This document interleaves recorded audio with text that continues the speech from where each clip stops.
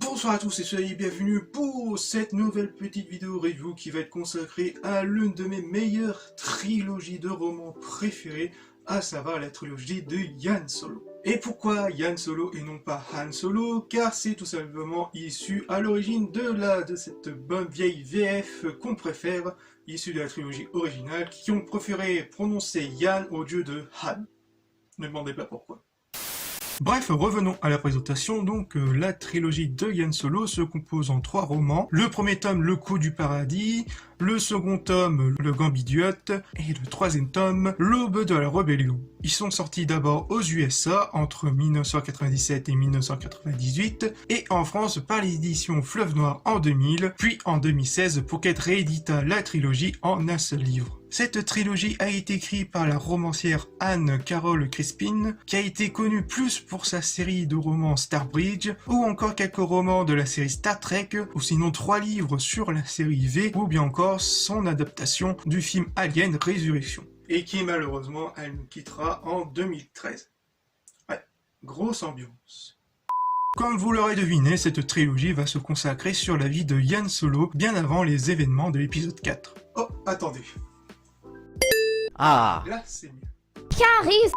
On va apprendre sur comment il parle le Wookiee, sur sa petite enquête autour de ses origines de sa famille, ou encore ses débuts de contrebandier, ses années au sein de l'Académie impériale, ou encore sa rencontre avec Chewbacca, qui arrive assez rapidement, vous verrez bien quand vous lirez le roman. On va découvrir aussi son premier amour sous le nom de Bria, sa rencontre avec Lando, avec les Hutt, d'où vient sa fameuse prime sur sa tête, ou encore comment il a eu le faucon, ou encore sa fameuse histoire des 12 parsecs, etc.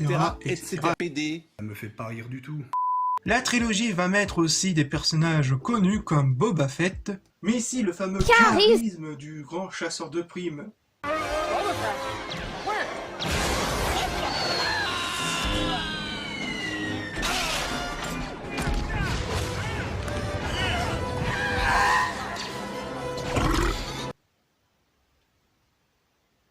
Mauvais exemple.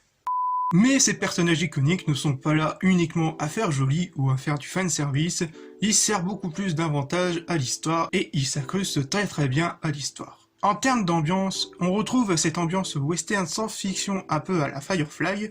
Donc la trilogie contient un fil rouge qui se déroule tout au long de la trilogie, qui concerne notamment le trafic d'épices, plus particulièrement un ennemi en commun avec les rivalités des Hutt, qui veut tout simplement la peau de Han Solo et ses compagnons. Vous verrez pourquoi, surtout dans le premier tome où il s'incruste parfaitement tous les éléments qu'il faut, en nous montrant une idée de ce qu'est la vie des contrebandiers dans l'univers Star Wars, et qui nous pousse à en savoir un peu plus sur cet univers.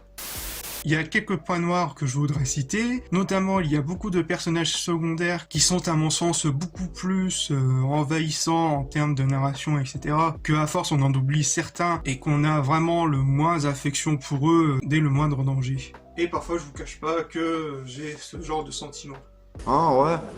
L'autre petit point noir, c'est qu'il y a beaucoup de rebondissements temporels, c'est-à-dire que on passe de quelques mois, quelques jours plus tard, etc., qui a tendance à rebondir sur certains chapitres dans certains tomes, ou encore avec sa rencontre de Chewbacca, comme je l'ai dit, qui mériterait 1 ou 2 chapitres en plus pour en connaître un peu plus en détail du pourquoi et du comment, quoi. Vu que dans le bouquin, c'est résumé en quelques phrases, voire même en quelques pages, quoi. Malgré ces petits points noirs, c'est tout simplement Orgasme cosmico fantastico génialement énorme.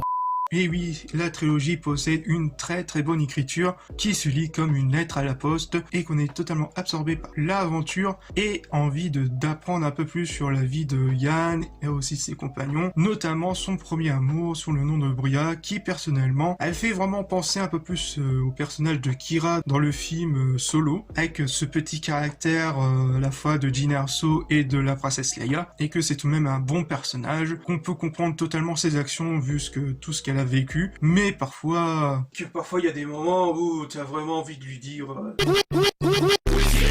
L'univers Star Wars est très bien respecté, tout comme bien détaillé, et que la trilogie forme vraiment un atout avec un début, un milieu et une fin, avec une conclusion qui conclut assez bien la trilogie. Et que si vous êtes fan ou non du personnage de Solo, que vous allez vraiment prendre votre pied avec cette trilogie. Et c'est sans hésiter que je lui mettrai un bon 10 sur 10. Donc si vous voulez vous le procurer, sachez que vous trouverez beaucoup plus facilement cette édition magnifique de Pocket qui est pour 11,50 si mes souvenirs sont bons. Franchement, à ce prix-là, c'est totalement cadeau. En plus, vous avez les 3 bouquins réunis en un seul livre. Franchement, foncez-y. Et que si vous êtes vraiment un puriste de l'ancienne avec l'édition Fleuve Noir, sachez que vous pouvez les trouver. Je les ai vus la dernière fois, c'était sur Momox avec des prix assez bas, entre 3 et 7 euros. Donc tout dépend des tomes les 3 tomes que vous voulez trouver. Vous embêtez pas, foncez sur l'édition Pocket, franchement vous serez tranquille. Voilà, j'espère que cette review vous aura plu et on se retrouve pour de futures vidéos.